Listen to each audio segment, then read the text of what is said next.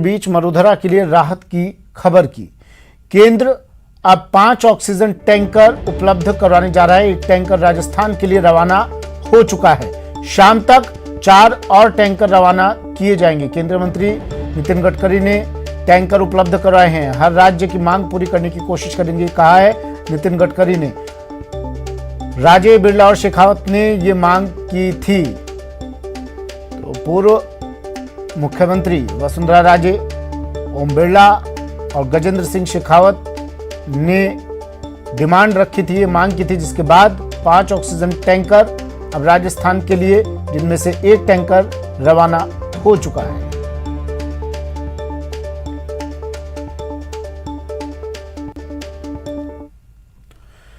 Corona को लेकर गहलोत सरकार बेहद गंभीर है। संकट के इस काल में मरीजों को किसी तरह की परेशानी ना हो, इसके लिए केंद्र सरकार से मदद मांगने राज्य सरकार के 3 मंत्री दिल्ली गए हैं। दिल्ली में मंत्री रघु शर्मा, बीडी कल्ला और शांति धारीवाल ने सबसे पहले लोकसभा स्पीकर ओम बिरला से मुलाकात की, जहां ऑक्सीजन और दवाइयों को लेकर चर्चा हुई। इसके बाद तीनों मंत्रियों ने केंद्रीय राज्य मंत्री मनसुख मांडविया से मुलाकात की। तीनों मंत्रियों ने ऑक्सीजन परिवहन को लेकर मदद मांगी। तो वहीं आज शाम तीनों मंत्री केंद्रीय मंत्री पीयूष गोयल और हर्षवर्धन से भी मुलाकात करेंगे, जहां ऑक्सीजन और दवाओं का कोटा बढ़ाने की मांग की जाएगी।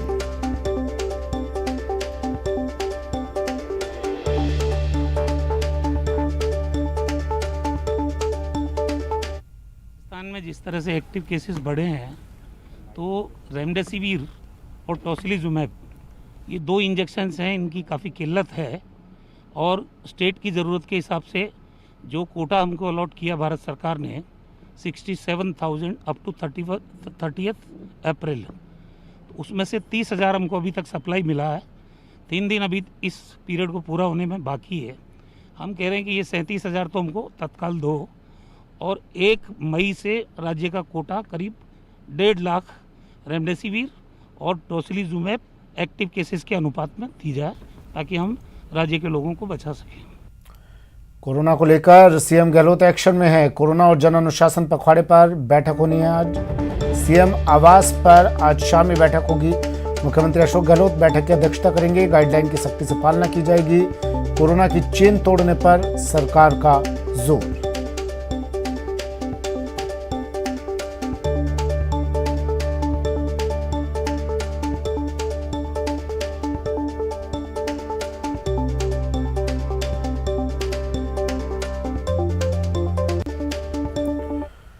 कोरोना का कहर जारी है, लेकिन लापरवाही भी भारी है। बार बार समझाने के बाद भी लोग नहीं मान रहे हैं। टीवी स्क्रीन पर लापरवाही की 8 तस्वीरें देखिए। पहली तस्वीर टोंक की है, जहां देवली में खुलेआम गाइडलाइन का उल्लंघन हो रहा है। दूसरी तस्वीर झुंझुनू शहर की है, जहां नियमों के उल्लंघन पर 7 दुकानदारों के खिलाफ कार्रवाई हुई। तो तीसरी तस्वीर अजमेर की है, जहां पुलिस ने वाहनों के लिए नए स्टिकर जारी किए हैं। चौथी तस्वीर श्रीगंगानगर की है, जहां सोशल डिस्टेंसिंग के नियमों पर चिकित्सा विभाग खुद ही लापरवाह बना हुआ है। 5वीं तस्वीर अजमेर की है, यहां भी बाजारों में भीड़ उमड़ रही है और सोशल डिस्टेंसिंग की धज्जियां उड़ाई जा रही है। प्रतापगढ़ में नगर परिषद ने शहर के कई इलाकों को सैनिटाइज किया, तो सवाई माधोपुर में सभी बॉर्डर्स को सील कर दिया गया है।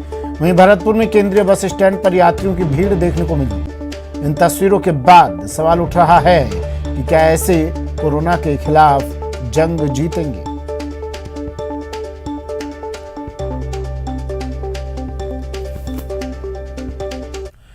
कोरोना को मात देने में गहलोत सरकार के चंद लापरवाह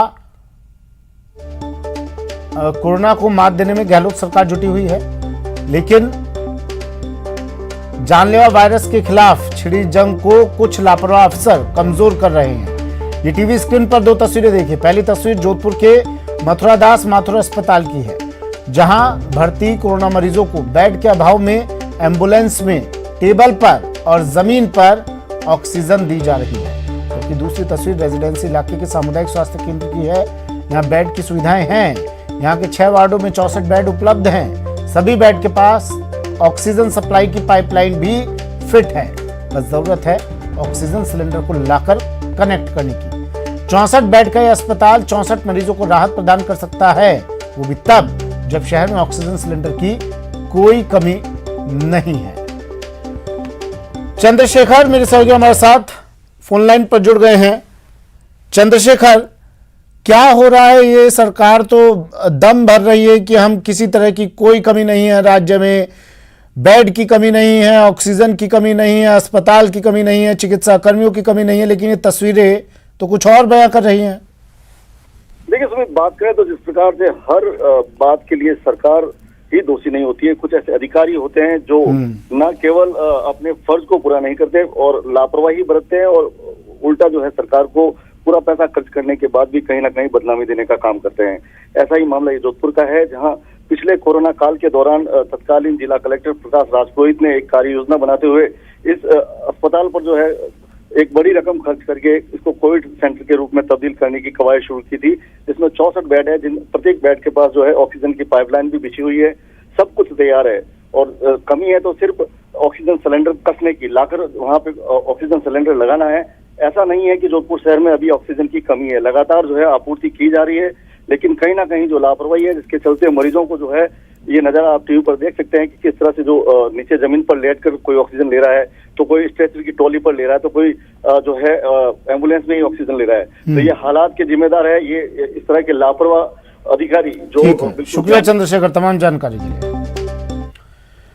बढ़ते हैं अगली खबर की ओर। टोंक जिले के देवली में प्रशासन लगातार जागरूकता अभियान चला रहा है, लेकिन लोग हैं कि मानने का नाम नहीं ले रहे। बाजार में कई लोग बिना मास्क के दिन भर घूमते देखे जा रहे हैं, जबकि गाइडलाइंस के मुताबिक दिन के 11 बजे तक की छूट है। पुलिस और प्रशासनिक अधिकारी लगातार शहरवासियों को माइक के जरिए जागरूक कर रहे हैं, लेकिन लोग हैं कि आदत से बाज नहीं आ रहे।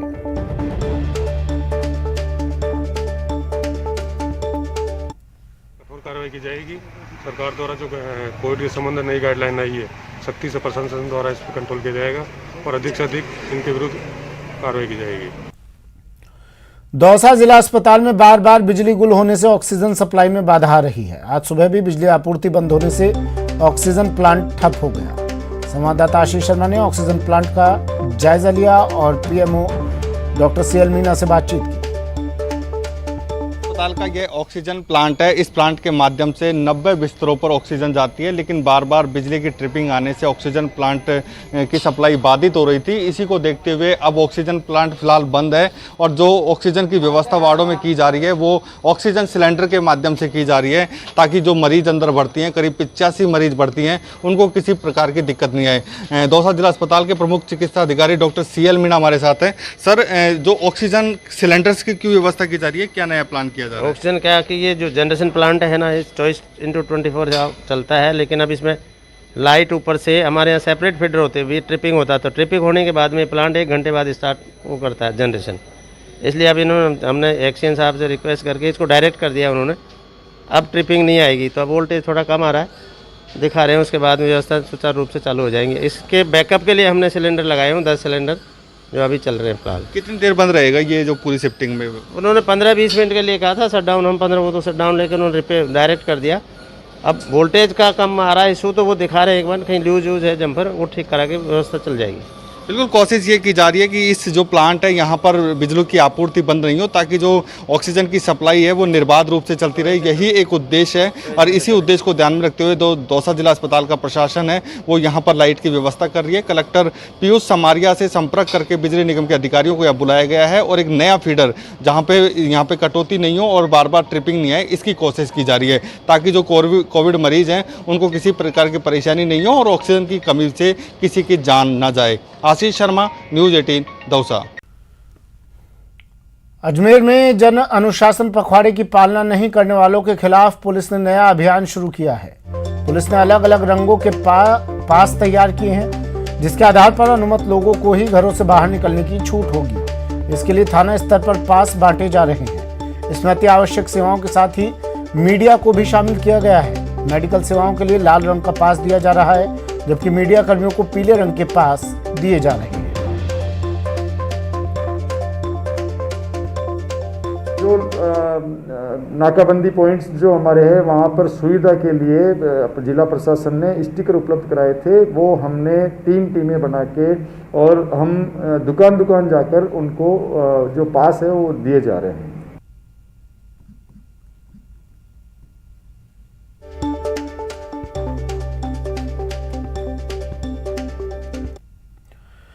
केंद्रीय मंत्री कैलाश चौधरी अपने गृह क्षेत्र बाड़मेर के राजकीय अस्पताल के दौरे पर पहुंचे। उन्होंने अस्पताल में चिकित्सा सुविधाओं का निरीक्षण किया। इस दौरान केंद्रीय मंत्री अस्पताल के प्रशासनिक अधिकारियों की बैठक ली, उचित दिशा निर्देश दिए। साथ ही केंद्रीय मंत्री ने चिकित्सा सेवाओं में विस्तार को लेकर सांसद कोष से 50 लाख रुपए देने की घोषणा की, जिसमें से बाड़मेर और बालोतरा अस्पताल के लिए 25-25 लाख रुपए ऑक्सीजन सिलेंडर और दवाइयों पर खर्च किए जाएंगे। केंद्रीय मंत्री कैलाश चौधरी ने कहा कि सबको मिलकर इस महामारी से लड़ना होगा। साथ ही उन्होंने प्रदेश में कोरोना संक्रमण में तेजी को लेकर गहलोत सरकार पर निशाना भी साधा।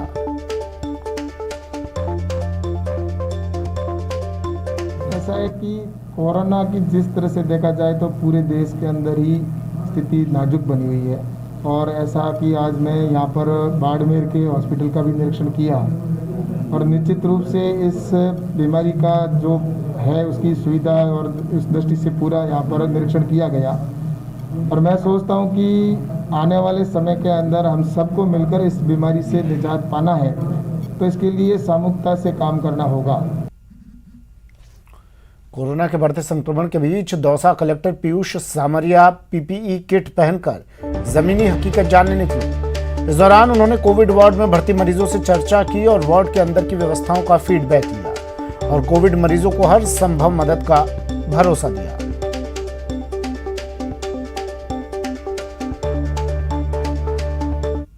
जिला कलेक्टर पीयूष समारिया आज दौसा जिला अस्पताल का निरीक्षण करने पहुंचे हैं। पीपीई किट पहनकर उन्होंने जितने भी वार्ड हैं कोविड मरीजों के, वहां जाकर मरीजों से पूरा अस्पताल का हाल जाना है कि कैसी व्यवस्थाएं हैं।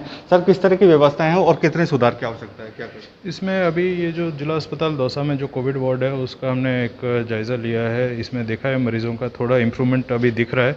एक बार एक एक करके मरीजों का हम जो भी उनका ऑक्सीजन लेवल है उसका एक स्टडी करेंगे, कहाँ से मरीज़ आए, और काफ़ी मतलब मैं कहना चाहूँगा ठीक है, पॉजिटिव स्थिति है, लोग डिस्चार्ज हो रहे हैं, इम्प्रूवमेंट की तरफ एक इम्प्रूवमेंट आ रहा है। और इसमें जो आगे की जो रणनीति है, जैसे हमारे बेड्स को और स्केल अप कैसे करना है, उसके एक प्लान बनाएंगे। सर, बिस्तरों की कमी की बात सामने आ रही है, कितने बिस्तर हैं, कितनी कमी है? देखिए, डिस्ट्रिक्ट हॉस्पिटल में हमारा एक लिमिटेड ऑक्सीजन सपोर्टेड बेड्स का एक लिमिटेड है, और भी जनरल वार्ड के बेड्स जो हैं वो हमारे पास अवेलेबल हैं। जो ऑक्सीजन का है वो जो लिमिट है वो तो है, लेकिन हमारे पास पर्याप्त मात्रा में बैकअप ऑक्सीजन है, तो ऐसा वैसे कमी नहीं आएगी। लेकिन एक लिमिट जो है उसको हम और कैसे बढ़ा सकते हैं, और दौसा जिले में, दौसा शहर में और भी दूसरे बेड्स आइडेंटिफाई किए जा रहे हैं जहाँ पे ऑक्सीजन की फैसिलिटी की जा सकती है। सर, कुछ वार्डों में डॉक्टर नहीं पहुँचते, ऐसी बात आ रही है, कुछ में एक बार इसकी जांच कर लेंगे। पेशेंट से यही फर्स्ट हैंड फीडबैक लेने के लिए अभी ये विजिट किए, पेशेंट से हमने वार्ता की है, जहाँ पे अभी तक ऐसे कोई इशू आएगा तो उसके ऊपर एक्शन लेंगे, एक पूरी व्यवस्था बनाएंगे इसमें। बिल्कुल, ये थे दौसा कलेक्टर पीयूष समारिया का कहना है कि अस्पताल की व्यवस्थाओं को बेहतर करने का प्रयास किया जा रहा है। किसी भी तरीके से कोविड मरीजों को कम से कम परेशानी हो, यह कोशिश की जा रही है। आशीष शर्मा, न्यूज़ 18। कोरोना से जंग को आगे बढ़ाने के लिए गहलोत सरकार ने 18 साल से ऊपर के सभी लोगों को वैक्सीन देने का ऐलान तो कर दिया, लेकिन इस पर करीब 3000 करोड़ के अनुमानित खर्च का असर अब राज्य के आर्थिक हालात पर भी पड़ना तय है। इससे सरकार की कई फ्लैगशिप योजनाओं के साथ ही विकास कार्य भी प्रभावित हो सकते हैं। मुफ्त वैक्सीन के साइड इफेक्ट, फ्लैगशिप योजनाओं पर चल सकती है कैंची।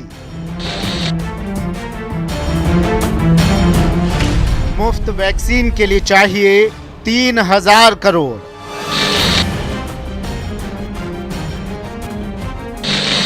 कोरोना से जंग में आर्थिक प्रहार झेल रही राजस्थान सरकार के लिए मुफ्त वैक्सीन के इंतजाम से एक और बड़ा झटका लगा है। 18 साल से ज्यादा उम्र के लोगों के लिए गहलोत सरकार ने मुफ्त वैक्सीन का ऐलान किया है। हालांकि मुफ्त वैक्सीन की कीमत मरुधरा को विकास कार्यों में कटौती से चुकानी पड़ेगी, क्योंकि सरकार को इसके लिए 3000 करोड़ की जरूरत होगी। सड़क मार्गों की रिपेयरिंग प्रभावित हो सकती है, जिससे 1900 करोड़ का इंतजाम होगा। प्रदेश के 64 उपखंडों में औद्योगिक क्षेत्रों की स्थापना सरकार फिलहाल टाल सकती है। 700 करोड़ रुपए के जयपुर शहर सौंदर्यीकरण योजना पर भी गाज गिर सकती है। 27 राजमार्गों के विकास कार्य विलंब से शुरू हो सकते हैं। बांधों और नदियों के पुनर्निर्माण से जुड़े कार्यों को सरकार रोक सकती है। 1 दर्जन फ्लैगशिप योजनाओं के बजट में कटौती संभव। दरअसल गहलोत सरकार पहले ही आर्थिक संकट का हवाला देकर वैक्सीनेशन कार्यक्रम में केंद्र की भागीदारी की मांग कर चुकी है, लेकिन केंद्र सरकार की ओर से गेंद राज्यों के पाले में डालने के बाद अब राज्य सरकार के खजाने पर इसका असर दिखना तय है। अपने बजट भाषण में सीएम गहलोत ने कई बड़ी फ्लैगशिप योजना का ताना बाना तैयार किया था, लेकिन अब वैक्सीन के लिए 3000 करोड़ रुपए का इंतजाम करना इस पर भारी पड़ेगा।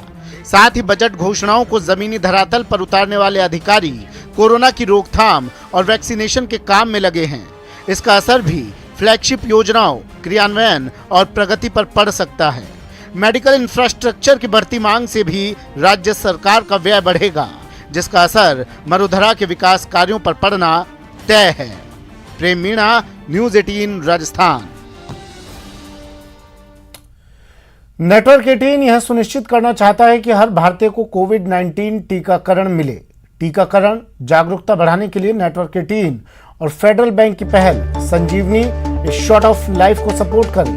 Health expert Apollo 24/7।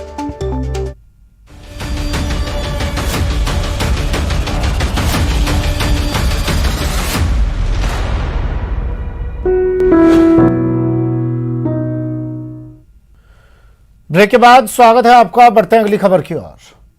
सरहद पर दुश्मनों से दो दो हाथ करना हो या संकट काल में टूटती सांसों को बचाना हो, आर्मी है तो नो टेंशन। जी हां, बाड़मेर में आर्मी ने कुछ ही घंटों में 100 ऑक्सीजन बेड तैयार कर सौगात दे दी है। एक्शन में आर्मी, 3 घंटे में तैयार अस्पताल। 40 जवान 100 ऑक्सीजन बेड बनाए। सेना की सांसों वाली सौगात। संकट काल में देख लीजिए आर्मी का जिंदगी बचाने का जज्बा, टूटती सांसों को सौगात देने की तैयारी। जी हां, बाड़मेर प्रशासन ने कोविड अस्पताल को शिफ्ट करने के लिए आर्मी से मदद मांगी थी, तो फौरन फौजी एक्शन में आ गए और महज 3 घंटे में कस्तूरबा गांधी आवासीय विद्यालय और बालिका छात्रावास की बिल्डिंग में तमाम जरूरी सुविधाओं से लैस 100 ऑक्सीजन बेड तैयार कर दिया गया। डिस्ट्रिक्ट एडमिनिस्ट्रेशन ने आर्मी को रिक्वेस्ट किया था 100 बेड लगाने के लिए, तो 100 बेड पहले हमने इंजीनियरिंग कॉलेज के अंदर लगाए थे एंड काफ़ी अच्छा सेटअप था, बट चूँकि शहर से काफ़ी डिस्टेंस होने के कारण और कुछ समस्याएं थी लोकल एडमिनिस्ट्रेशन की, तो हमें उन्होंने रिक्वेस्ट किया कि अगर हम वो सारे बेड शिफ्ट करके इस हॉस्टल के अंदर लगा सकें। तो अभी आप देख रहे हैं कि रातों रात हमने इसको पूरा शिफ्ट किया और जो नर्सिंग स्टाफ है वो सारा लोकल डॉक्टर्स ने सारा अरेंजमेंट कर रखा है। तो आई एम श्योर ये एक मेडिकल कॉलेज के एक्सटेंशन के तौर पे ये फैसिलिटी और अच्छी तरीके से काम करेगी। जिला अस्पताल के पास आर्मी की ओर से शिफ्ट किए गए इस कोविड अस्पताल में अब संक्रमित मरीजों को जल्द इलाज मिलेगा। डॉक्टर्स और मेडिकल स्टाफ की परेशानी भी दूर हो जाएगी। क्योंकि ये एक तरह से हॉस्पिटल का एक्सटेंशन ही हो गया है, मतलब हॉस्पिटल का विस्तार हो गया है कि 100 बेड हॉस्पिटल में एक्स्ट्रा बढ़ गए हैं एक साथ, ये सेना के सहयोग से। यहाँ अपन पहले तो वो कोविड केयर सेंटर की तरह होता, ये कोविड केयर हॉस्पिटल की तरह हो गया, मतलब जहाँ जिन लोगों को जो सीरियस है उनको भी अपने यहाँ रख पाएंगे और अपना जो हॉस्पिटल के जो डॉक्टर्स हैं उन्हीं को अपने यहाँ यूज कर सकते हैं, जिससे कि अपन के पास एक्स्ट्रा फैसिलिटी होगी। इस अस्पताल के लिए प्रशासन ने आर्मी से कोविड सेंटर बनाने की मदद मांगी थी। तब आर्मी ने इंजीनियरिंग कॉलेज में 100 बेड का कोविड सेंटर तैयार किया था, लेकिन कोविड सेंटर शहर से दूर होने की वजह से डॉक्टर्स और मेडिकल स्टाफ को मरीजों के इलाज में परेशानी हो रही थी। तब आर्मी से कोविड सेंटर को शिफ्ट करने के लिए मदद मांगी गई, तो महज 3 घंटे में आर्मी के 40 जवानों ने कोविड सेंटर को कस्तूरबा गांधी आवासीय विद्यालय और बालिका छात्रावास में शिफ्ट कर दिया। सेना की तरफ से सांसों वाली सौगात तैयार है। अब यहाँ जिंदगी बचाने के लिए कोरोना से जंग शुरू होगी। न्यूज़ 18 राजस्थान के लिए बाड़मेर से प्रेमदान देथा की रिपोर्ट। और चलिए अब बात हनुमान जयंती की। कोरोना के बढ़ते संक्रमण के बीच आज सादगी के साथ हनुमान जयंती मनाई गई।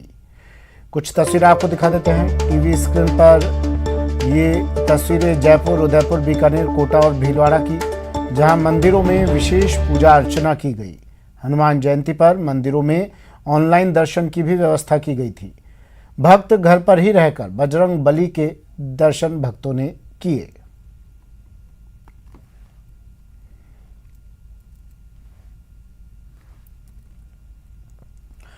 कोरोना संकट का असर हनुमान जयंती पर मंदिरों में दिखा। जयपुर के काले हनुमान मंदिर में विशेष पूजा अर्चना की गई, लेकिन श्रद्धालुओं का मंदिर में प्रवेश पर प्रतिबंध है, जिसकी वजह से मंदिर में सन्नाटा पसरा रहा। कुछ श्रद्धालु मंदिर के बाहर से ही हनुमान जी के दर्शन करते नजर आए। हालांकि मंदिरों में आरती और दर्शन सोशल मीडिया के जरिए लाइव दिखाए जा रहे हैं। काले हनुमान मंदिर का जायजा लिया संवाददाता लवली वधवा ने। हनुमान जयंती का दिन है और भक्त अगर भगवान हनुमान के दर्शन ना करे तो बात नहीं बनती। हम लोग इस वक्त पहुंचे हैं काले हनुमान मंदिर में। कोरोना का दूसरा लहर का प्रकोप साफ तौर पर नजर आ रहा है। कहीं इस मंदिर में एक ऐसा समय होता था जब पैर रखने की जगह नहीं मिलती थी हनुमान जयंती पर, लेकिन जब से कोरोना काल आया है, ये दूसरा साल है जब पूरी तरह से जो है भक्तों को हनुमान जयंती के दिन प्रवेश नहीं मिल पा रहा है, क्योंकि सोशल डिस्टेंसिंग और तमाम चीजों को मैनेज करना और ये दुआएं की जा रही है, प्रार्थना की जा रही है कि जो कोरोना का कहर है वो खत्म हो। हनुमान जयंती पर क्या कुछ खास है काले हनुमान मंदिर में, हम जानने की कोशिश करते हैं मंदिर के पुजारी जी से। सर, क्या कुछ खास है आज पुजारी जी, और क्या कुछ आराधना, हम लोग क्या दुआ प्रार्थना कर रहे हैं भगवान हनुमान से? हम हनुमान जी महाराज का आज जन्मोत्सव बड़े ही धूमधाम से मनाए जा रहे हैं। बगैर भक्तों के ये हनुमान उत्सव मनाया जा रहा है। इस पर विशेष आयोजन किया गया है। भगवान को ऋतु फलों से, पुष्पों से सजाया गया है।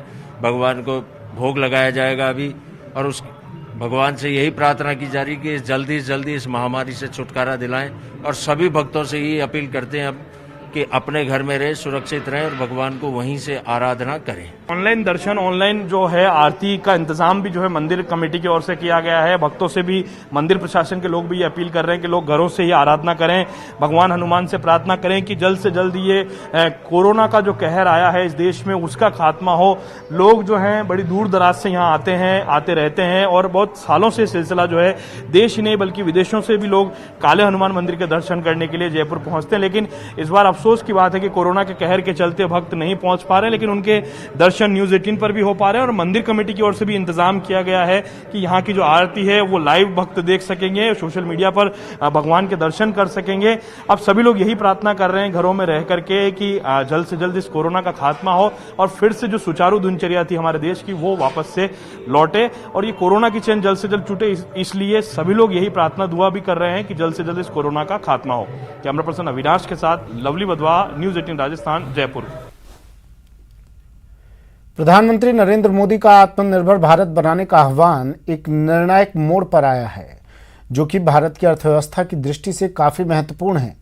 और नेटवर्क 18 की पहल और आईटीसी द्वारा प्रस्तुत स्वाभिमान भारत आपके लिए देश भर से आत्मनिर्भरता और उससे जुड़ी प्रेरणात्मक कहानियां लेकर आ रहा है। आखिर ऐसी नवीनता और उपलब्धियों से लिपटी हुई कहानियां ही तो हमें एक बेहतर राष्ट्र के रूप में परिभाषित करती हैं। उनमें से एक कहानी है पूजा मिश्रा की, जो एक IIM ग्रेजुएट हैं और जो गरीब बच्चों के लिए स्कूल खोलने के मकसद से अपने पैतृक गांव वापस चली गई।